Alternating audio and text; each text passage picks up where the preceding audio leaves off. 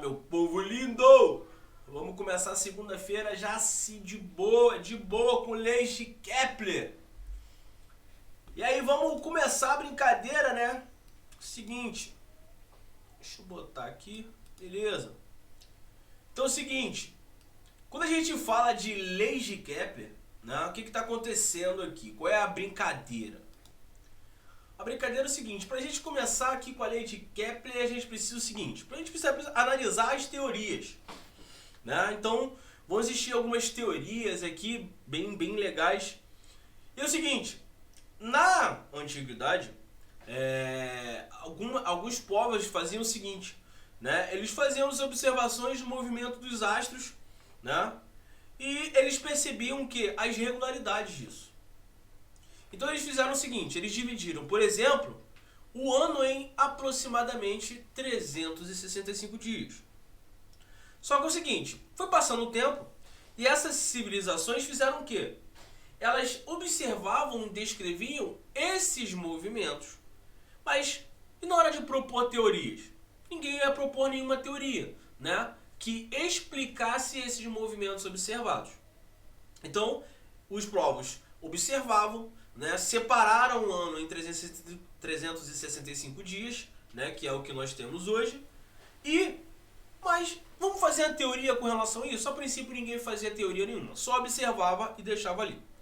Só que depois, né, depois do século 6 a.C., aí os gregos, né, propuseram fazer o seguinte, vamos criar uma teoria para isso, para explicar esses movimentos.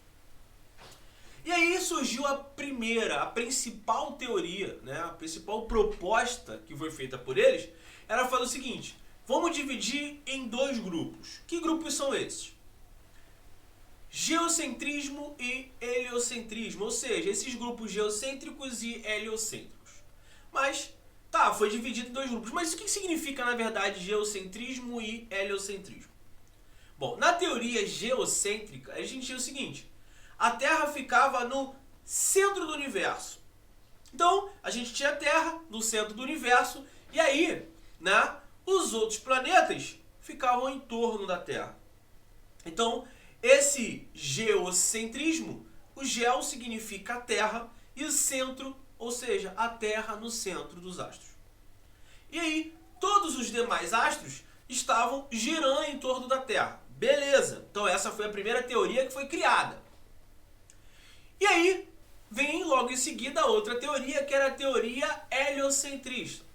Então, o que significa a heliocentrismo? O centro do universo seria ocupado por quem? Pelo Sol. Tá? Então, hélio vem do grego hélios, que significa Sol, na verdade.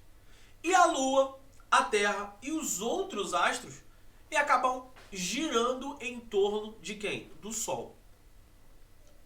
A teoria heliocentrista, né, foi abandonada por ter o quê? Poucos seguidores.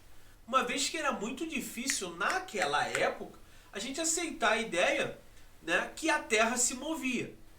Então pensa você, né, hoje você já tem essa ideia, mas pensa você há alguns anos, né, há muitos anos, você está nessa situação que você está aqui, cara, eu estou parado.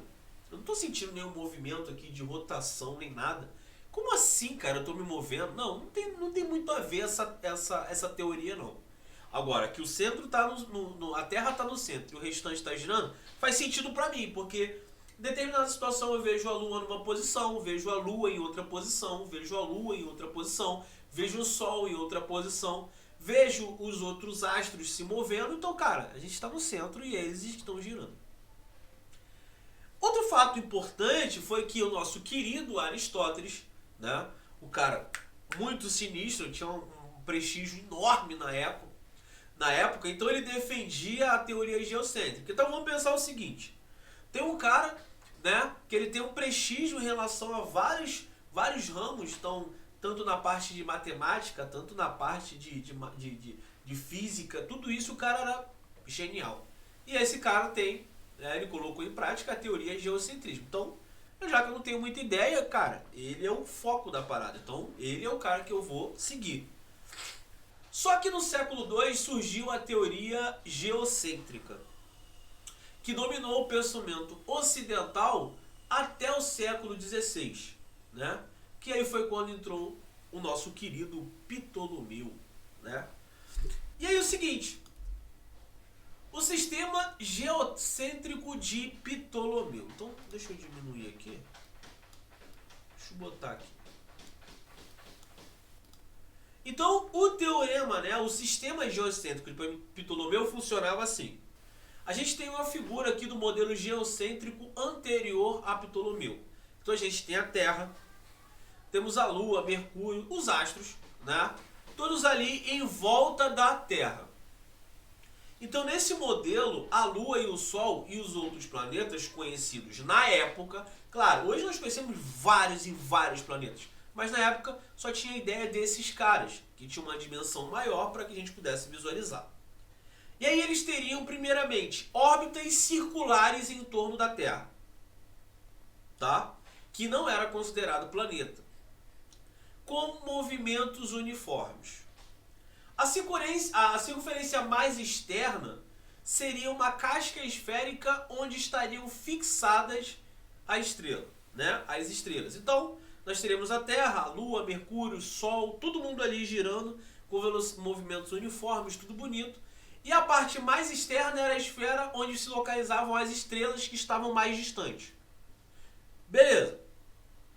Como esse movimento também era uniforme, né, as estrelas se moviam, né, mantendo, claro, suas posições relativas, e por isso chamada de estrelas fixas. Agora, os astros não. Eles teriam movimentos independentes um dos outros. E cada um completaria a volta em torno da Terra em tempos diferentes. Então pensa o seguinte, é importante notar que os telescópios ainda não haviam sido inventados, né? Então, ele só aparece no século XVII. Então, anteriormente, a gente não tinha a ideia, não tinha a visão que nós tínhamos depois que começamos a entender, né, o funcionamento do telescópio e tudo mais, e conseguimos ver com um pouco mais de nitidez. E aí essas observações eram feitas o quê? A olho nu, né? E aí o seguinte, aos poucos, esses astros foram conhecidos e divididos em dois grupos. As estrelas fixas, que era a casca esférica, e os planetas. O Sol e a Lua também eram considerados planetas na época, que se moviam o quê? Independentemente um dos outros. A palavra planeta, na verdade, vem de planet, né? Do grego planet, que significa errante. E aí, pensa o seguinte, deixa eu botar aqui.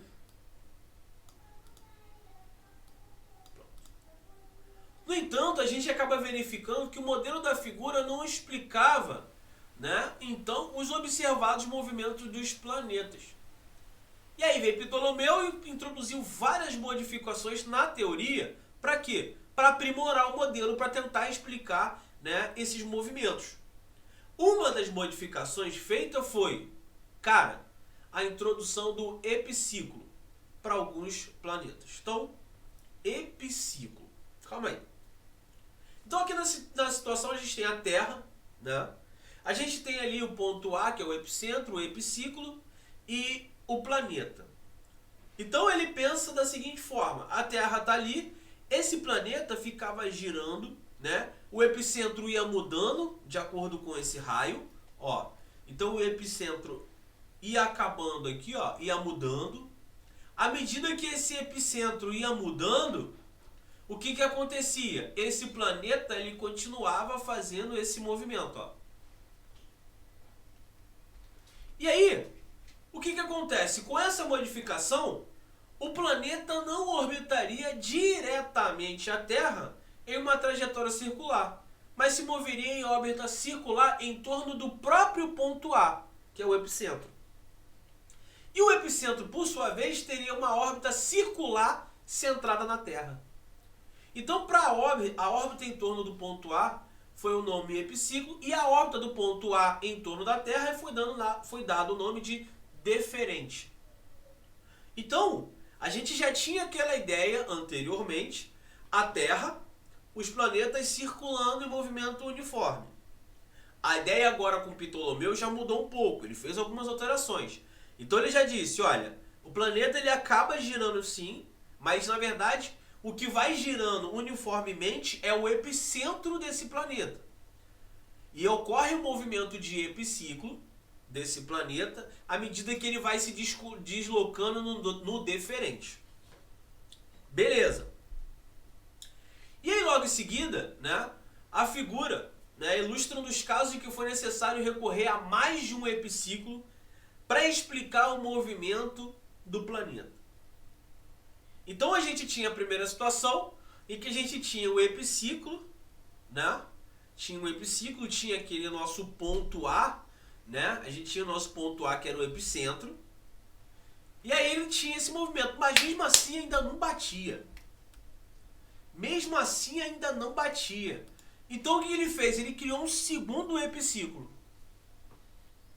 E aí, como funcionava? Mesmo jeito. Isso vinha. E aí dentro, né, aqui eu tenho outro epicentro, que ia mudando. E aí eu tenho outro epiciclo. Beleza. E aí, em outros casos, a gente teve que... Ele foi necessário supor que o centro desse deferente fosse um ponto B que não coincidia com o centro da Terra. Então, cara, tava assim. Foi assim. Foi assim. Foi aumentando. E aí a dificuldade foi aparecendo. E mesmo assim não coincidia. Além dessas, tiveram outras modificações feitas também por Ptolomeu, na teoria, que a gente não vai mencionar aqui, que são um pouco mais profundas, tá? Mas ele teve várias e várias, ele tentou várias e várias modificações. Não foi apenas uma, ele teve várias modificações. Só que não convém a gente falar todas aqui. Só que o que estava acontecendo na verdade? Ele estava testando. É isso, é o método empírico. Vamos tentar. Vamos tentar explicar isso aí, porque na circular já não está batendo. Então um epiciclo aqui, eu fugi um pouco da realidade, mas não bateu. Vamos criar um outro epiciclo. Não bateu, cara. E aí ele foi tendo vários. E aí nesse modelo proposto por ele, né, Ptolomeu, apesar de um pouco complexo, explicava de forma aproximada os movimentos dos astros. E por isso o cara não foi contestado até meados do século XVI. Então não tinha como você contestar. Porque à medida que ele ia criando modificações, essas modificações iam se aproximando da realidade.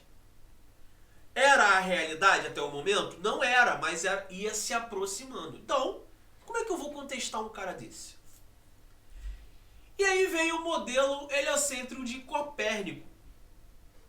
Tá? E aí acabou vindo o modelo, né? Deixa eu voltar aqui. Aqui. E aí acabou... Deixa eu diminuir aqui rapidinho. Assim. Aí, pronto. E aí acabou, né? Aí acabou vindo o modelo de quem? Deixa eu acertar a câmera aqui. Pronto, acertei.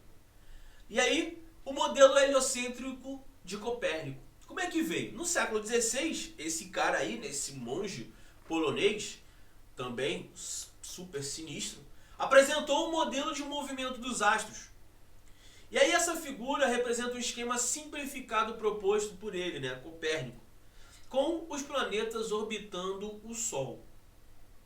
Então ele tinha ali o Sol, ele colocava esses planetas ali em volta, em movimentos circulares, reparem, né, em movimentos circulares, e essa esfera imóvel das estrelas fixas. Beleza. Só que no modelo de Copérnico, a Lua tem órbita em torno da Terra. E a qual, além de orbitar o Sol em um ano, também teria um movimento de rotação com período de 24 horas. Então aí começa a ideia heliocentrista. A esfera das estrelas fixas ficaria imóvel e o movimento observado das estrelas seria não devido à movimentação dessas estrelas, e sim à rotação da Terra. Como mencionado, né, a figura ilustrava ali simplificadamente aquele modelo. Agora, como Ptolomeu, Copérnico também utilizou recursos mais complexos, aqueles próprios epicíclicos que eu mostrei para vocês. Para quê? Para explicar alguns dos movimentos. E assim, o seu modelo era tão complexo quanto era o de Ptolomeu.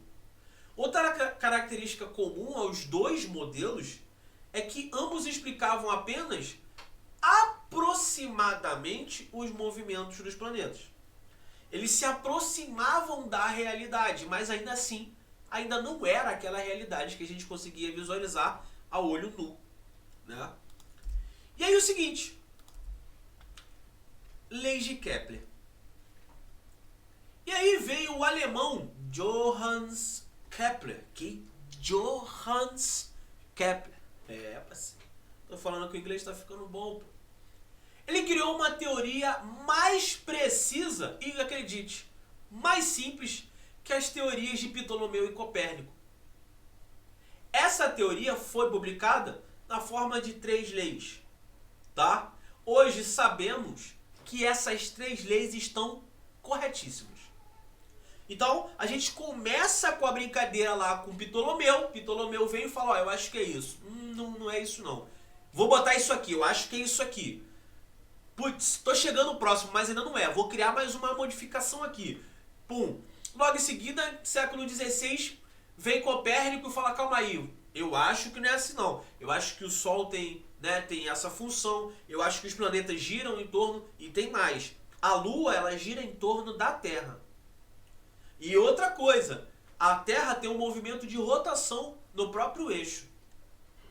E aí, como que o modelo se assemelhava, né, à realidade, um outro modelo se assemelhava, ficavam bem próximos, mas não eram a mesma coisa. E aí veio o Kepler e falou assim, não, calma aí, eu tenho uma teoria aqui que eu acho que vai dar bom. Vou jogar isso aqui e vamos ver. Vamos ver o que dá. Vamos tentar. Hoje a gente sabe que essas leis estão corretas. Mas a princípio não. Ele fez os cálculos, ele fez as medições, ele fez as observações necessárias, criou as 3 leis de Kepler, mas era algo que, como Ptolomeu havia criado, é algo que eu preciso contestar um pouco isso aí. Assim como o Copérnico veio, calma aí, eu vou contestar um pouco de Ptolomeu aqui. Pô, olha só, Ptolomeu, eu acho que não é assim, eu acho que é mais assim. E aí veio o Kepler e ó, é assim. Eu acredito que seja assim. Até que se prove ao contrário, é isso aqui. E a primeira lei de Kepler? Bom, deixa eu botar aqui em cima, pronto. E a primeira lei de Kepler? Bom, a primeira lei de Kepler é a seguinte. Nós temos o Sol, tá? E aí a ideia, a primeira lei de Kepler é, os planetas eles se movem em trajetórias elípticas, com o Sol na posição em um dos focos dessa elipse, tá? E aí, bom, os planetas vão se mover nessa situação, não é mais com aquela velocidade constante que a gente imaginava em relação ao movimento ali, porque eram circunferências. Aqui não. Aqui não. Aqui a gente está falando de trajetória elíptica, né? O formato de uma elipse. O Sol, ele fica na posição central? Não, ele fica na posição do foco. Um dos focos dessa elipse. Como já sabemos, a elipse tem 2 focos. Então ele fica sobre um foco dessa elipse. Então, essa foi a primeira lei de Kepler, que ele foi lá e falou, ó, eu acredito que seja assim. E aí ele fez o seguinte, olha, ele separou 2 situações. Primeiro ele chamou de periélio, tá? Quem é o periélio? Periélio é o ponto de órbita, né, da trajetória que está mais próximo do Sol. Então aqui, ó, nós temos a nossa elipse. Ó, aqui está a nossa elipse. E aí ele falou o seguinte, olha, esse ponto aqui é o ponto que tem a menor distância, né, de um planeta para o Sol. Então eu chamo esse cara de periélio. Então tá aqui. Esse cara aqui é a maior distância entre o Sol e o planeta. Eu vou chamar esse cara de afélio. Beleza. Quando a Terra está no periélio, o que acontece? é verão no hemisfério norte e inverno no hemisfério sul. E aí eu te pergunto, cara, será que faz sentido isso? Pensa comigo. Periélio, hemisfério norte, né? Verão no hemisfério norte e inverno no hemisfério sul. O que acontece? Eu tenho uma maior, né? Eu tenho uma menor distância entre o Sol e a Terra. Calor, né? Uma maior emissão de raios ali. E a parte, né? E a outra parte, ela tá de costas, digamos assim, para o Sol.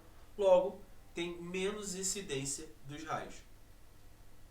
O oposto ocorre quando a Terra está no afélio. Isso é verão no hemisfério sul e inverno no hemisfério norte.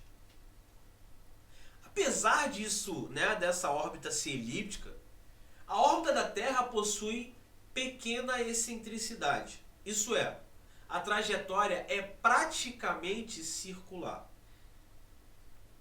Beleza? Então, quando a gente fala de excentricidade, isso aqui é um assunto mais que a gente vê na parte de cônicas, na parte de matemática, em que a gente pode ver a excentricidade, né? A excentricidade de uma elipse.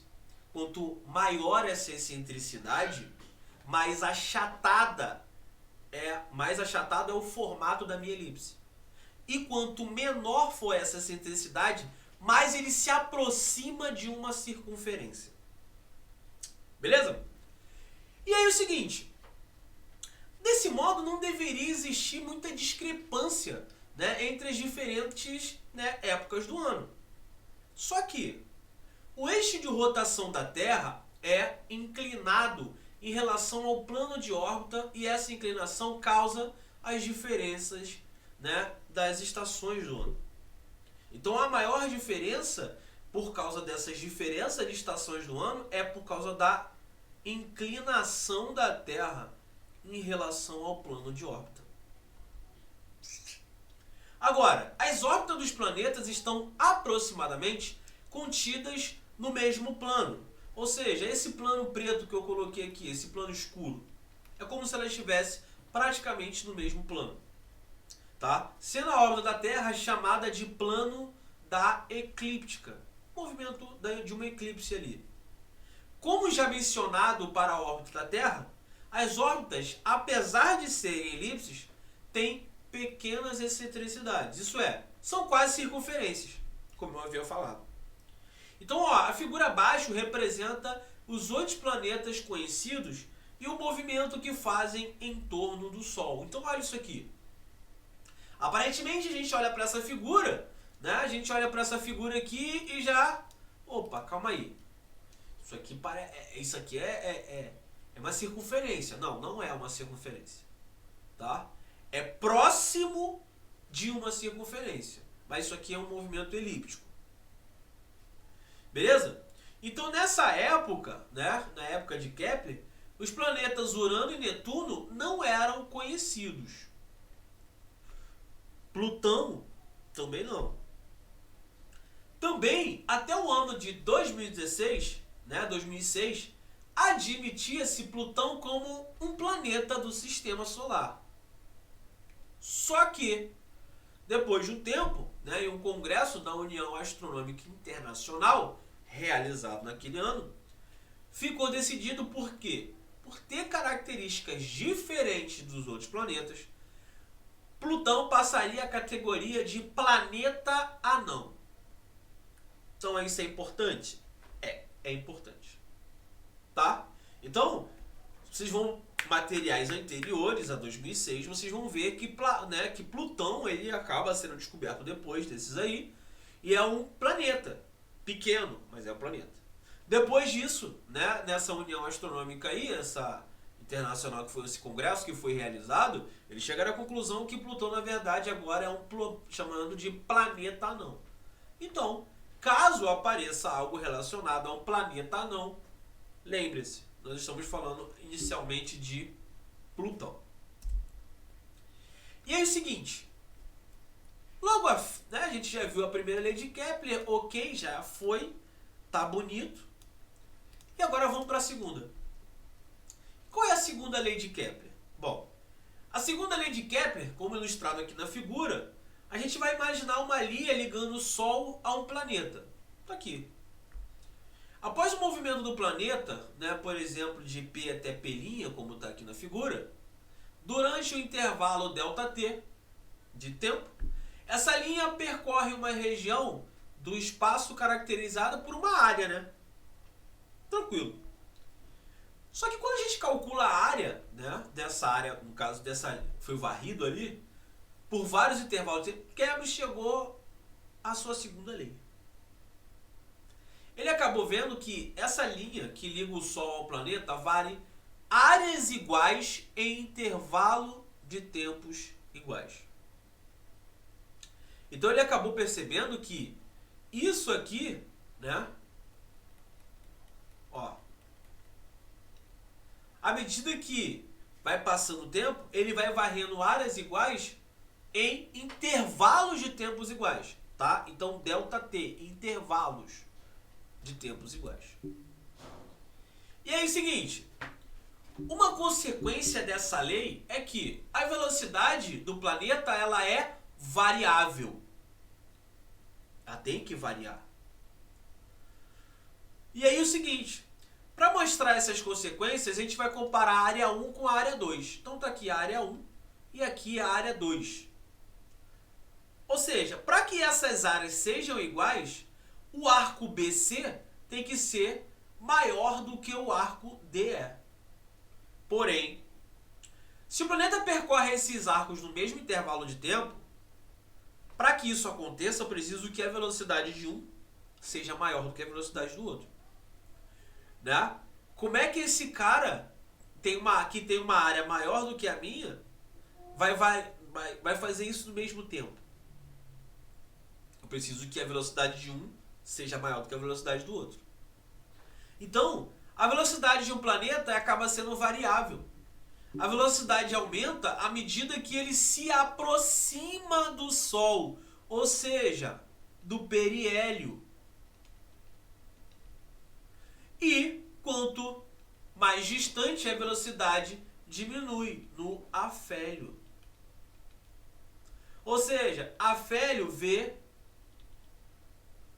diminui. E aqui V aumenta. Ou seja, isso acaba sendo... Deixa eu tirar meu rostinho aqui. Beleza, aí. A gente acaba percebendo que quanto mais próximo do Sol eu estou, maior será a minha velocidade.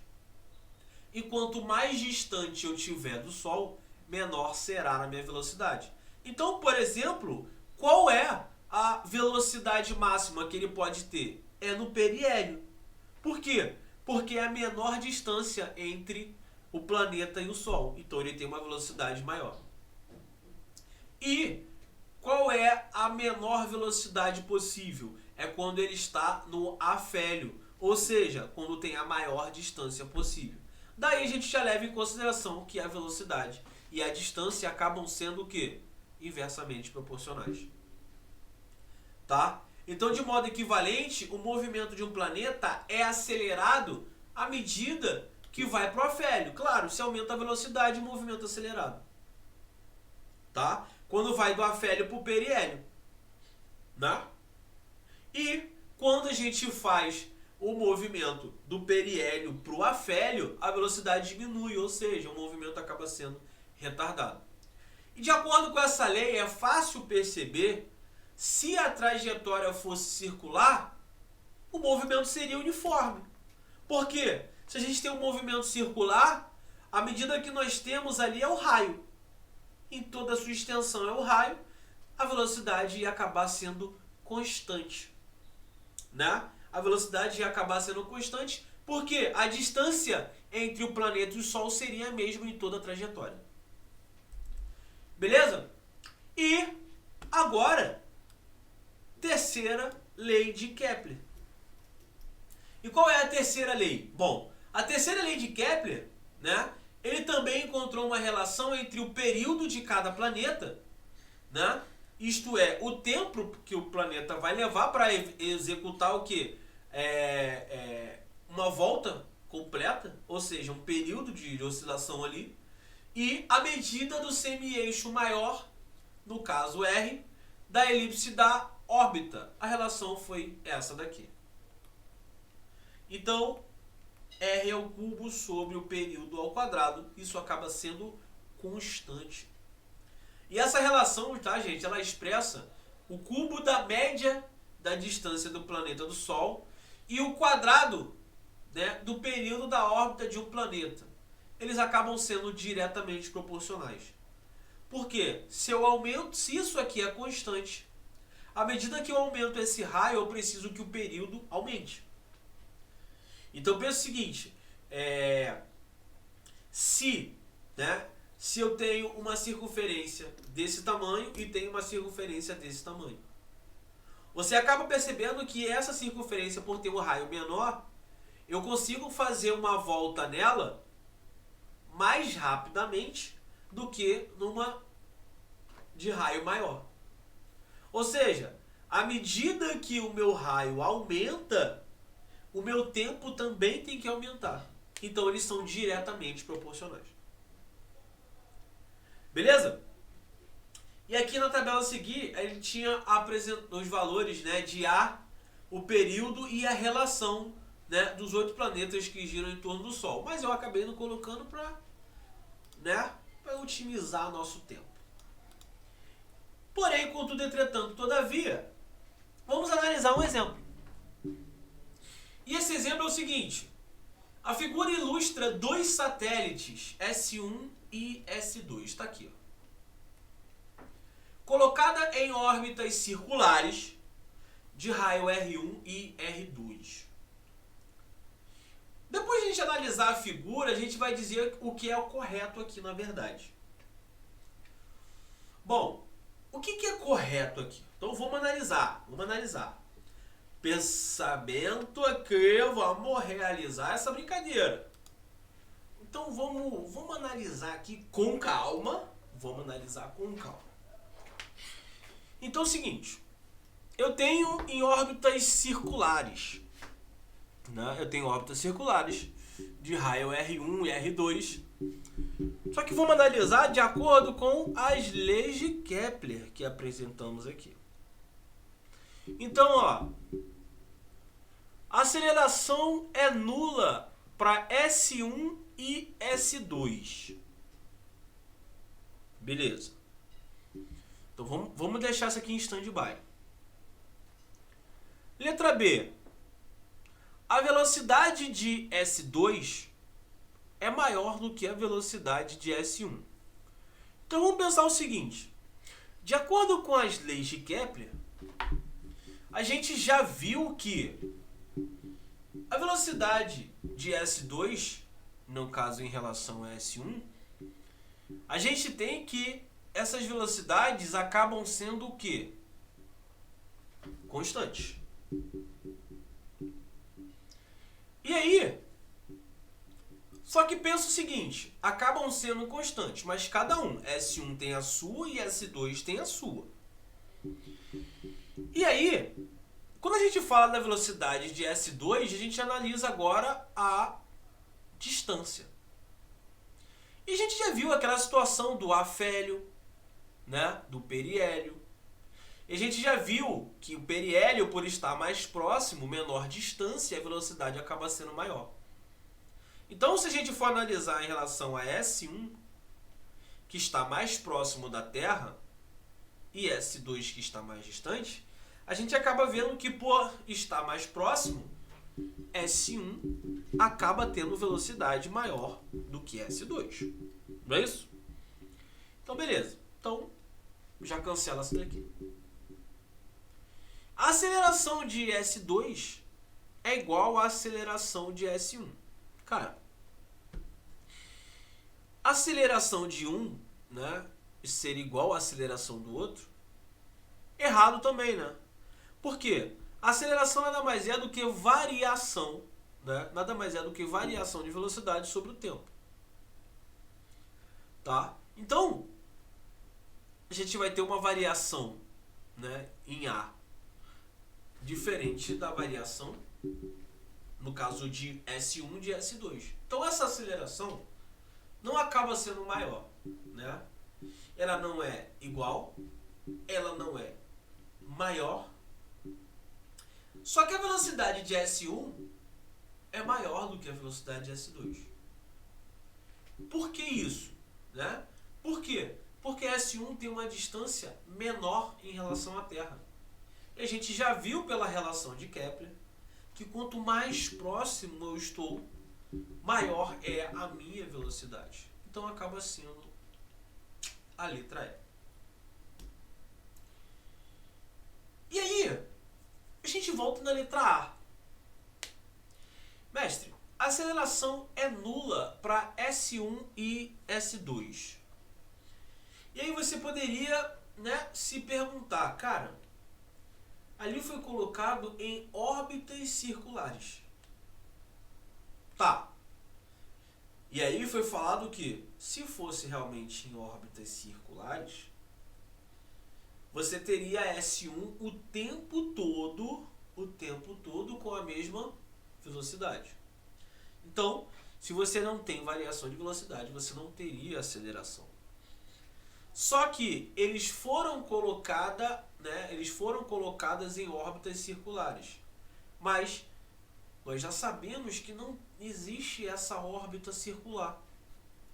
Essas órbitas acabam sendo, mesmo que próximas de circular, elas não são circulares. Elas são elípticas. E aí, se elas são elípticas, vai haver sim variação de velocidade. Tá? Vai haver variação de velocidade. Mesmo que pouca, mas tem. E a aceleração acaba não sendo o quê? Nula.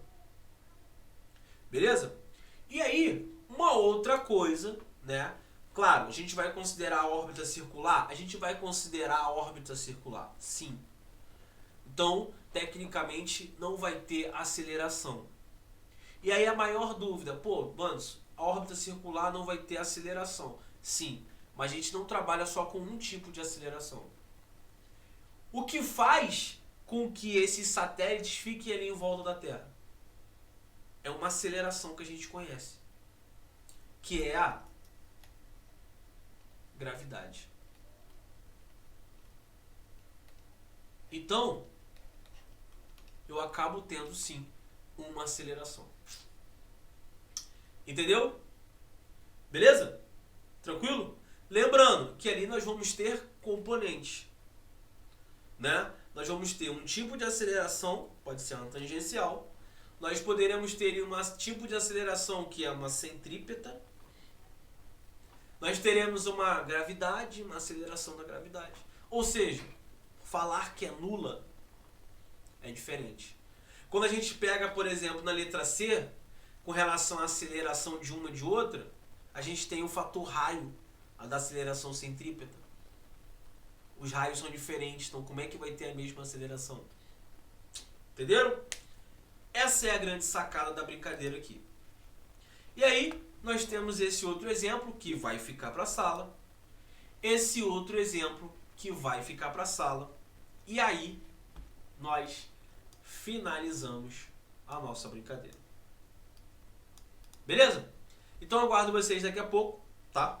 Daqui a pouco eu vou mandar uma mensagenzinha para vocês pra fazer uma paradinha legal. Daqui a pouco a gente vai ter nossa aula aí na parte da tarde pra noite. Espero todos vocês lá, espero que vocês tenham entendido. E a próxima eu já venho com um outro material aí bem legal também, que a gente já vai começar a falar de gravitação. Vamos entender outros conceitos aí relacionados à gravitação. Beleza? Então, ó, um beijo, um abraço. E é claro, não podemos faltar o nosso Wakanda Forever, galera. Aguardo vocês daqui a pouco. Beijos! Fui! Oi, galerinha! Então, você gostou do nosso vídeo? Então, chama nosso canal. Então, para o vídeo...